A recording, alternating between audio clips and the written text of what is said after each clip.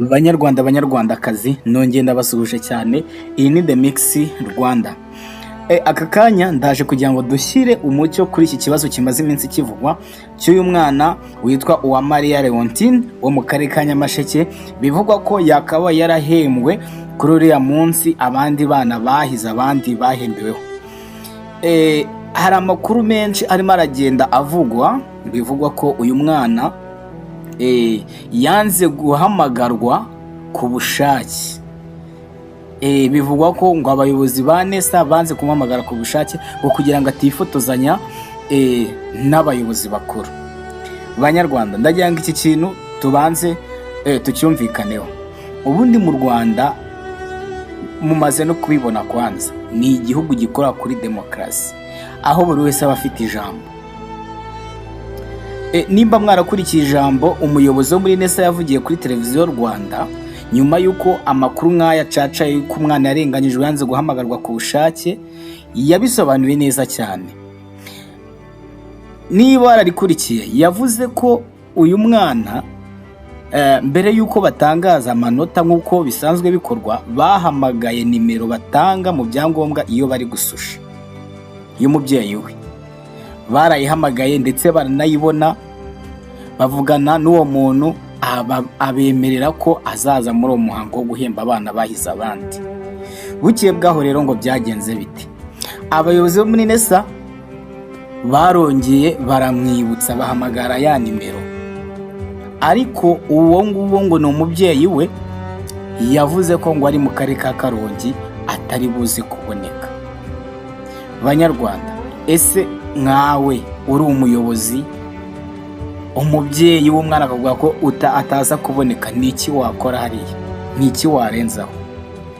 Hari amakuru menshi abantu bari kugenda bavuga ngo abayobozi bo muri NESA bari guhamagara ngo ku murenge, ngo bari guhamagara ku kagari, ngo ku kigo. No, ibyo ngibyo bari kubikora mu gihe babuze nimero y'umubyeyi w'umwana, ariko barayihamagaye ndetse telefone barayitaba, bababwira ko bazaza, ariko bukeye bwaho umubyeyi yavuga ko atazaboneka. Ubwo rero amakuru abantu bari kugenda bakomeza bavuga ngo uyu mwana yararenganyijwe. Ntabwo yarenganyijwe, nkurikije ibyo umuyobozi yatangaje kuri televiziyo Rwanda. Gusa iyo aza kuba yararenganyijwe, nta nubwo uyu mwana yari guhamagarwa ku rwego rw'igihugu nk'umwana wahize abandi, ndetse n'ibihembo bye nta nubwo byigeze bihabwa undi, kuko bukeye bwaho umwana yaje kuza arabihabwa nawe. Ubwo rero ndagira ngo nshyire umucyo ku bantu bakomeza kugenda bavuga ngo uyu mwana yararenganyijwe, NESA yaramwirengagije. No, dukurikije amakuru umuyobozi yatangaje niba ariyo, Banyarwanda, nta kurenganywa kwaba guhari rwose. Reka mbashyiremo ijambo ry'uyu muyobozi, hari abantu batarikurikiye, babanze bumva kuri neza. Ubwo ni ku itariki ya 19 bose barabahamagara, byumvikane Leontine niwe wari ku mwanya wa mbere. Barahamagarwa ababyeyi, babanza guhamagara nimero imwe, ntiyari iriho nkuko twabivuze. Bahamagara iya kabiri, yitabwa n'undi muntu, wenda iyo niyo detail abantu batari bazi. Yitabwa n'undi muntu, umukozi wacu wa NESA aravuga ati bikanaka nkora kuri NESA, twagira ngo se ni wowe mubyeyi wa runaka? Uwo muntu aravuga ati yego, twagira ngo tubabwire yuko umwana wanyu yatsinze neza, tukaba twagira ngo tumutumire azaze gufata ibihembo. Umwana rero, umubyeyi ati yego, uwitabye ati yego tuzaza. Ubwo umukozi wa NESA aravuga ati azaza, ahamagara n'abandi bose bakurikiraho. Ku munsi nyirizina rero ku itariki ya 20 barongera nanone barahamagara, habura igihe gito ngo umuhango nyirizina utangire. Nanone wa muntu arongera aritaba, nimero byose turabifite kuko twabikurikiranye natwe. Arongera aritaba, aravuga ati simpari, ndumva bambwiye ko yavuze ko ari Karongi, ati ni kure, ntabwo tubasha kuza. Wenda amagambo ndi gukoresha siyo, ariko ni ibingibi batubwiye. Hanyuma bamenyesha abari barimo gutegura ibirori bati umwana ari kure. So mu kuvuga rero amazina ari nacyo ntekereza ko cyakagombye kuba abantu bitaho bamugezeho iyo haba harimo intention mbi no kudashaka ko havuga ibye no kutagira gute n'izina ntawe ari kwirirwa rivuga, ariko izina rye bararivuga ndetse bakurikizaho bavuga ko ngira ngo yavuze ko ari mu nzira cyangwa se ari kure, sinibuka neza ijambo yakoresheje, ariko arakomeza. Ibi ndashaka kubitindaho kubera yuko ntabwo ari ubwa mbere dushyira amanota hanze abana ntibaboneke. Hari ndumva nko mu 2023 cyangwa na 4 hari undi mwana nawe utarabonetse kubera impamvu ze, hanyuma ibihembo bye tubijyana ikindi gihe, umwana w'Isave ndumva. Hanyuma mu bindi bihe byashize hari igihe usanga abana badahari. Ibi ni ibintu rwose bisanzwe, ntabwo ari ikintu kidasanzwe kibaho. Iyo rero umwana atabonetse nk'uko tubigenza n'ubundi ibye turabibika, ibyo agenewe byose turabika. Icyo tudasiba gukora nuko tudashobora kureka kuvuga izina rye. Hanyuma rero nawe tumubuze turavuga ko nawe uko nkuko tuzabigenza. Ariko ahangaha niho abantu bagomba kumva nuko uyu muntu witabye agakomeza yitaba, nta na rimwe, nta hantu hamwe yigeze avuga ko atari we mubyeyi. Nyuma rero ibirori birangiye turamushaka, tuse ko wari wavuze ko muri buze byagenze bite, nibwo yatubwiye ko atari umubyeyi. Wenda izindi detaye ntabwo umuntu yazitindaho. Noneho tubaza ishuri, iyi nimero yanditse kuri iri zina ni iyande, nabo batwemerera yuko atariyo, ko bakoze ikosa mu kwandika nimero. Now igikomeye hano ni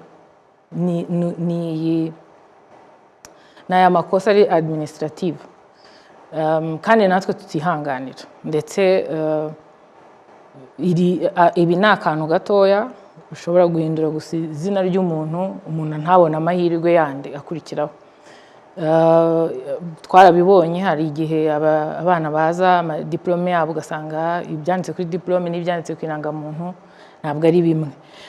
Aha rero umuntu aboneraho anatanga ubutumwa igihe umuntu arimo gushyira imyirondoro y'umunyeshuri cyangwa se y'umuntu uwo ari we wese, gukora kwitonda kugira ngo bikore neza. Iri ni isomo rya mbere. Irya kabiri natwe twize ni uko bidahagije gusa guhamagara umubyeyi. Ubundi ukuntu dusanzwe tubigenza, iyo tuzatangaza amanota buri gihe tubikora umunsi ubanza, tukahamagara nyir'ubwite, ubwo duhamagara umubyeyi. Hari igihe ishuri mu gihe umwanya wo gushyiraho nimero y'umubyeyi bashyiraho nimero y'ishuri, ubwo uwo niwe duhamagara kugira ngo bamenyeshe umwana azaze. Ubwo dukoresha ko ni umubyeyi ni umwana, tukabigarukiriza aho ngaho. Ariko icyo twize natwe ni uko tugomba kurenzaho, ntitubwire gusa umubyeyi, ahubwo tukabwira n'ishuri, ndetse byaba na ngombwa tukabwira n'ubuyobozi. Ko hari abakomeje bibaza none se nuko ari uw'Inyamasheke ni kure n'ibindi. Impamvu biriya birori tubishyira nyuma ya saa sita, nayo mpamvu twabishyize saa 8, ni ukugira ngo n'uri kure aho ariho hose abashe kuba yatugezeho. Uri kure kandi nawe iyo atabashije kuza kubera impamvu runaka turamufasha. So ntabwo kuri iyi nshuro aribwo twabyuka gusa tukavuga ngo tubivuyemo, duhisemo kudaha buri wese ibyo twamugeneye. Ndizera ko ibingibi biri butanga umucyo. Hari n'abandi bibaza bati se kubera iki tutabivuze. Ntekereza ko amanota ni ikintu gishimisha abana, baba barakoze rwose, baba barabikoreye.